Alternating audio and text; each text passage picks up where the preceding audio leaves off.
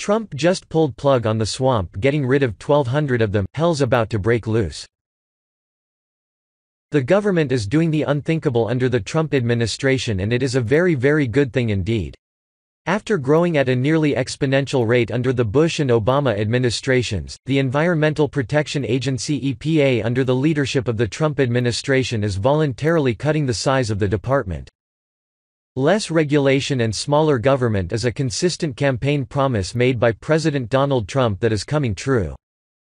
The EPA is cutting approximately 1,200 jobs as roughly 1,600 employees departed the agency.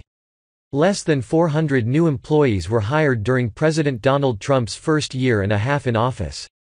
According to The Washington Post, included among those employees leaving the EPA are at least 260 scientists, 185 environmental protection specialists and 106 engineers.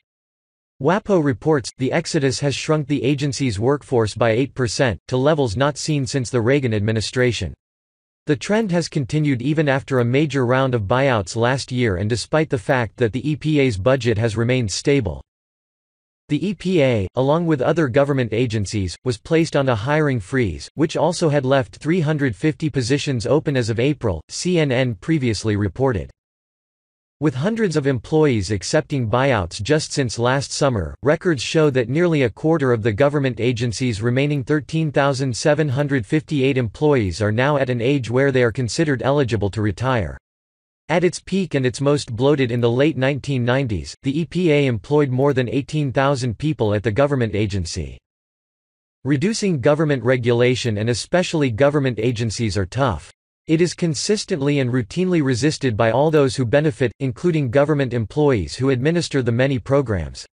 Every president since Jimmy Carter has attempted to lower the cost of regulation. At best, any cuts have been tiny and mostly centered on trimming paperwork. But less regulation and a reduction in the size of government itself is one campaign promise made by Donald Trump that is coming true. In a statement Friday, Acting Administrator Andrew Wheeler said he was focused on right-sizing the EPA, which Republicans have argued overreached under President Barack Obama, burdening industry with regulations such as those focused on climate change.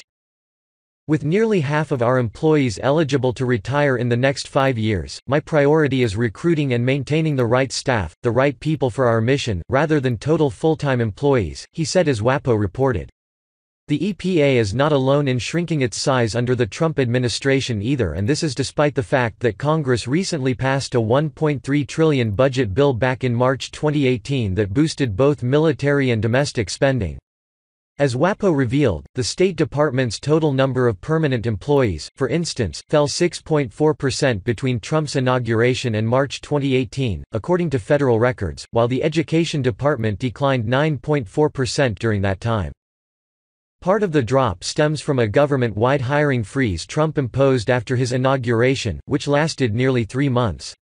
The president has continued to press for a leaner federal payroll, asking Congress recently to withhold pay raises for federal workers in 2019. Under Trump, many EPA offices have seen stats dwindle. The EPA has lost 8% of its workforce during the first 18 months of the administration, shrinking the agency to a size not seen since the Reagan era. Here are some of the offices most affected.